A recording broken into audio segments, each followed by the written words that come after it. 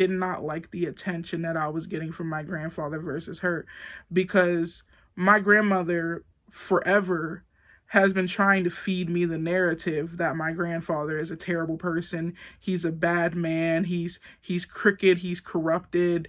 And that's how all black females seem to be about their partners. It's like they're always trying to express to you how bad their husbands are, how bad their boyfriends are, how niggas ain't shit, and all this shit. And I'm like, you're the one who's with them.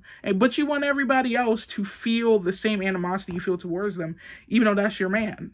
And that's exactly what she did. And as I got to know my grandfather, I was like, wait a minute, he's not how she makes him seem. And it was like she could never say anything positive about him, even though he could say many positive things about her.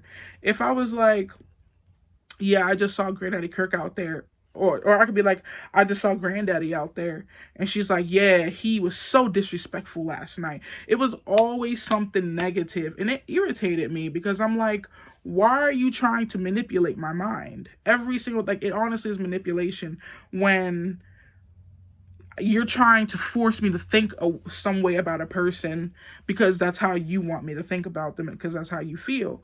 And so, I, had a good relationship with my grandfather, and, I'd never seen, this side of him before.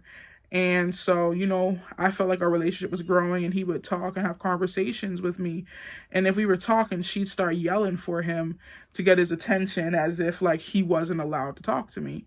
And he even said it. He was like, what, are you jealous? And like, I was kind of like, oop, like he said it, not me. So, they were like, oh, you need to leave because it's causing too much strife between us. And I'm like, I'm not even doing anything to y'all, but oh, well, whatever. So then a few months later, I live on my own. And they're like, yeah, I was like, I think I want to move back in. And they were like, yeah, Rayma, like, come on, move back in. There's nothing wrong with that. We want you here. We love when you're here. And they were pretty much, saying that there was no problems with me moving back in. So now I moved back in earlier January.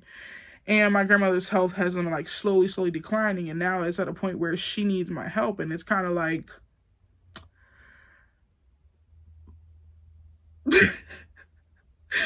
and it's like I try to tell myself, like, oh, this woman has literally sustained your life. Like, if it wasn't for her, you wouldn't have what you have now.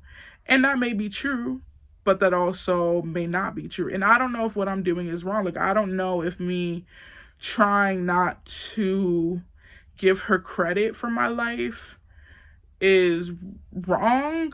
I don't know, but it's like there is this little bit in me that's like, no, like, you hurt me. You manipulated me. You hurt me. You manipulated me. There has been no apology. There's been no mutual understanding.